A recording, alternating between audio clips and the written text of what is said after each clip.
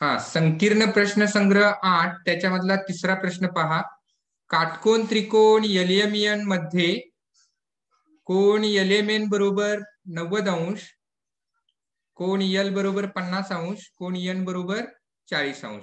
तर याच्या आधारे आपल्याला इथे किंमत काढायची आहे. कोणाची किंमत काढा, कोणाकोणाची काढायची आहे पहा.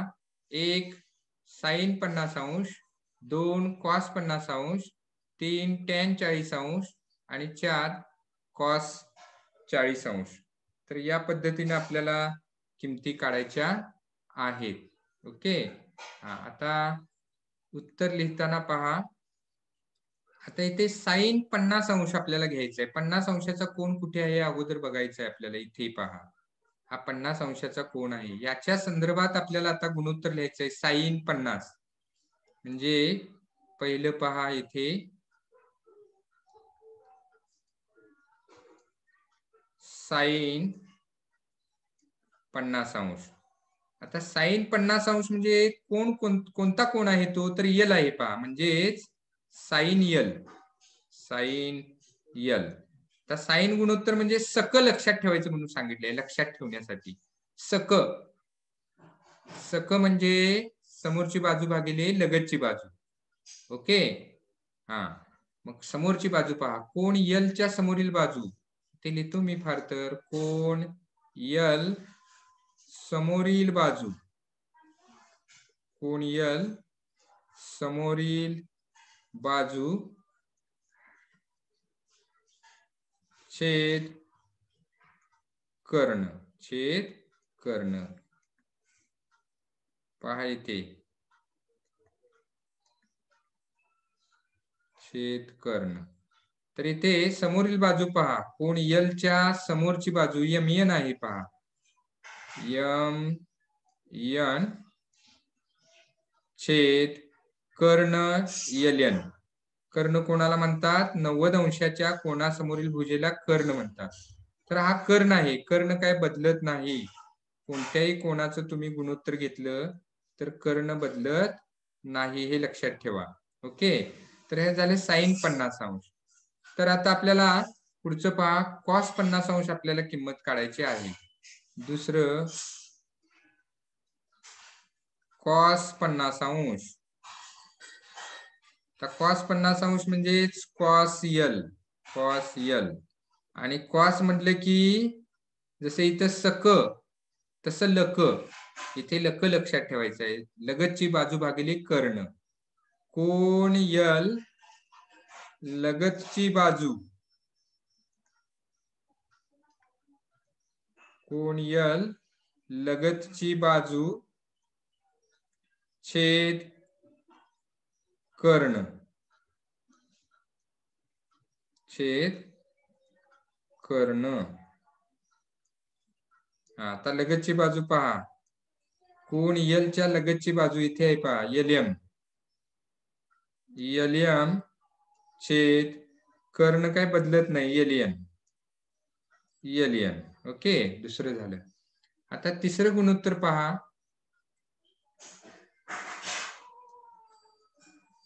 तिसरं गुणोत्तर आहे tan 40°. tan 40°. आता tan गुणोत्तर काढायचं आहे म्हणजे कोणता कोण आहे तो आपल्या लक्षात येणं गरजेचं आहे. tan इथे आहे पहा, इथे आहे. tan म्हटलं की सल लक्षात ठेवायचं. हे स आणि ल याच्यातलं. सल म्हणजे समोरची बाजू आणि ल म्हणजे लगतची बाजू. tan 40 म्हणजे इथे n कोण आहे पहा, म्हणजेच tan L, sorry n. tan n ची किंमत आपल्याला इथे काढायची आहे. tan कोण n लक्षात ठेवा. tan n म्हणजे आता इथे tan n घ्यायचा म्हणजेच आपल्याला इथे समोरील बाजू भागिले लगतची बाजू घ्यायची. इथे n च्या समोरची बाजू पहा, LM आहे. LM छेद लगतची बाजू, n च्या लगतची बाजू पहा, MN आहे. MN. ठीक आहे. आपण इथे अगोदर लिहूया. इथे लिहूया आपण इथे अगोदर, मागे लिहिले तसंच. तर इथे लिहिताना आपल्याला काय लिहायचं आहे, कोण n समोरील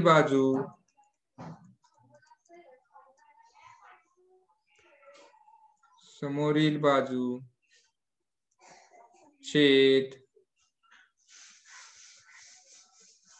कोण n लगतची बाजू, कोण n लगतची बाजू. ओके. म्हणजेच कोणते ते पहा, कोण n च्या समोरची बाजू पहा, समोरची बाजू LM आहे, LM छेद लगतची बाजू, n च्या लगतची बाजू पहा MN आहे. काय आहे, MN. LM छेद MN मिळणार. आणि आता आपल्याला चौथं उत्तर शोधायचं आहे, cos 40 अंश. cos 40 अंश, cos 40 म्हणजेच cos n ची किंमत आपल्याला काढायची आहे. cos n बरोबर, आता cos म्हटलं की लक लक्षात ठेवायचं. इथे पहा, साइन म्हटलं की सक, cos म्हटलं की लक, आणि टॅन म्हटलं की सल. सक लक सल एवढं लक्षात ठेवायचं आहे. तर इथे आता cos म्हटल्यानंतर लक लक्षात ठेवायचं आहे. म्हणजेच कोण n लगतची बाजू, कोण n लगतची बाजू छेद कर्ण, लक म्हणजे लगतची बाजू भागिले कर्ण. लगतची बाजू पहा, n च्या लगतची बाजू MN, लगतची बाजू आहे MN, छेद कर्ण पहा LN, कर्ण आहे LN. ओके. तर इथे आपण चारही किमती इथे काढलेल्या आहेत. इथे आपण साइन 50 ची काढली किंमत, इथे cos 50 ची काढली, इथे tan 40 ची काढली, आणि इथे cos 40 ची किंमत काढलेली आहे. फार तर ह्या सगळ्या किमती इथे एकत्र लिहायच्या आहेत, 1 2 3 4. डायरेक्ट काय असेल ते आन्सर इथे लिहायचं आहे. ओके. तर अशा पद्धतीने आपल्याला हे उदाहरण सोडवायचं आहे. हे जे झालेलं उदाहरण आहे, तर हे सराव संच 8.1 मधलं तिसरं आहे, हे लक्षात घ्या. ओके. प्रश्न पहा, संकीर्ण प्रश्न संग्रह 8 मधला 5वा प्रश्न.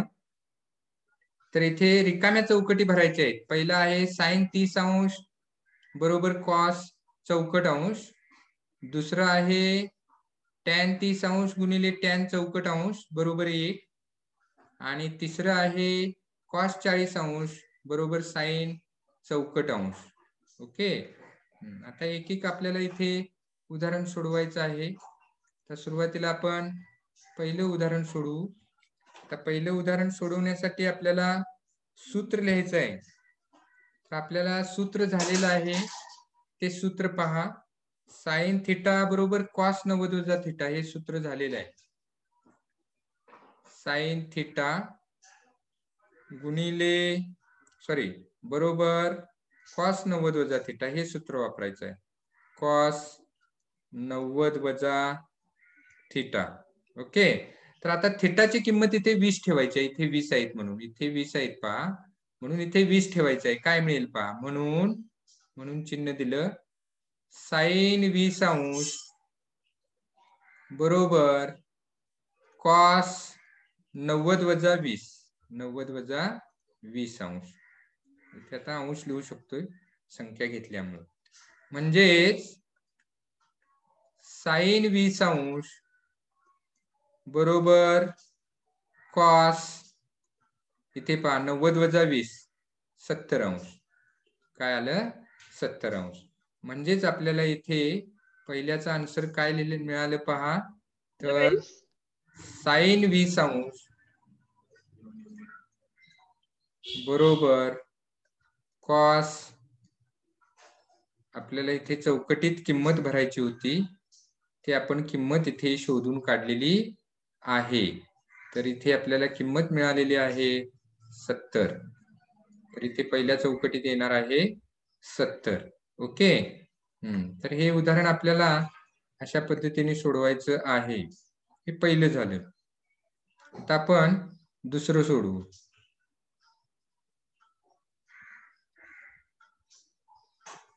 आता दुसरं उदाहरण काय आहे पहा.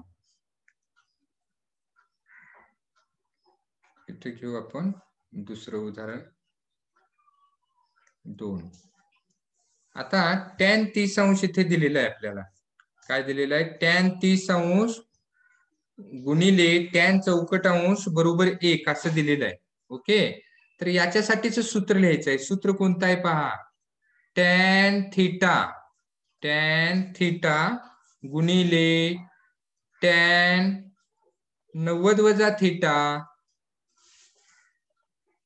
बरोबर 1. तर हे सूत्र आहे. तर या सूत्रामध्ये आता आपल्याला इथे किंमत ठेवायची आहे. तर कोणती किंमत ठेवायची आहे पहा इथे. तर इथे आपल्याला थीटाची किंमत 30 ठेवायची आहे. म्हणून इथे लिहितो मी. म्हणून tan 30° गुणिले tan 90 वजा 30°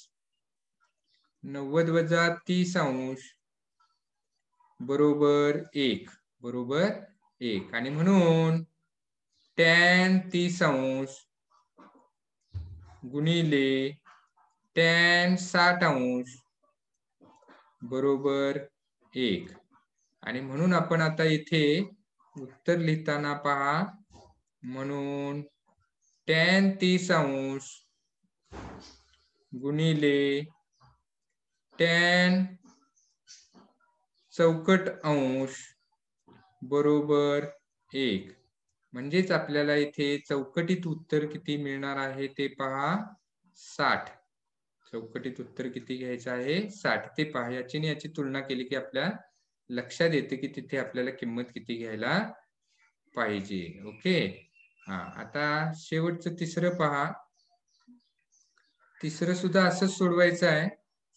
मात्र सूत्र कोणतं वापरायचं आहे हे आपल्या लक्षात येणं गरजेचं आहे. तर तिसऱ्यासाठी इथे पहा आपल्याला सूत्र कोणतं वापरायचं आहे. तिसरं उदाहरण.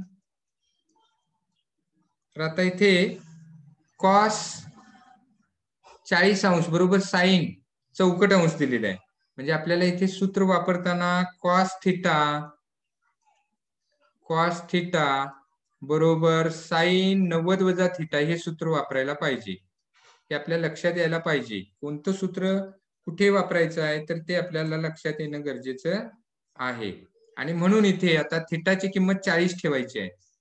cos 40° बरोबर sin 90 वजा 40° आणि म्हणून cos 40° बरोबर sin 90 वजा 40 50° येणार. काय येणार? 50° आणि म्हणून याच्या आधारे आता आपल्याला चौकट इथे भरायची आहे. म्हणून cos 40° बरोबर sin चौकट अंश. तर चौकटीत कोणती संख्या येणार आहे तर ती आपल्याला इथे भरायची आहे. तर इथे चौकटीत आपल्याला संख्या मिळणार आहे 50. किती मिळणार आहे? 50.